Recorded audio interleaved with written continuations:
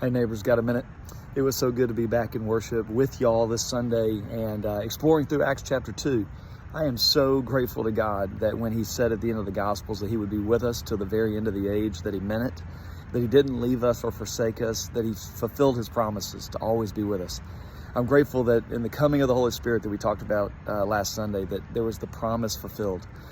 If you were here, you'll know we talked a lot about relationships and how the Spirit of God has intended to draw us together, both with God and with one another. I mean, that's why God said through Jesus that there were two laws that were most important, that we would love God with everything we've got and we would love our neighbors as ourselves.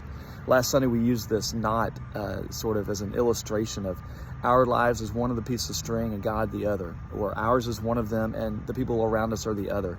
We talked about how important it is to have a good, firm knot tying us together, and how the net that will help catch the world in the goodness of God's love requires a series of our knots rather. Another thing that I mentioned in the second service that just keeps sticking with me is, you know, this rope that we've got, it can come unwound. Each piece is 3. It can come unwound, but it'll only come unwound as far as the next knot. So I just want to remind you to knot yourself up in relationships with God and with the people around you, so that when life does get a little frayed, a little unraveled, it won't unravel all the way. It'll only unravel to the next knot. Pray that your relationships are strong this week, with God first and then with the people around you. And this coming Sunday, we'll move on. We'll move into Acts chapter 3. Hope you'll be there. See you then. Bye-bye.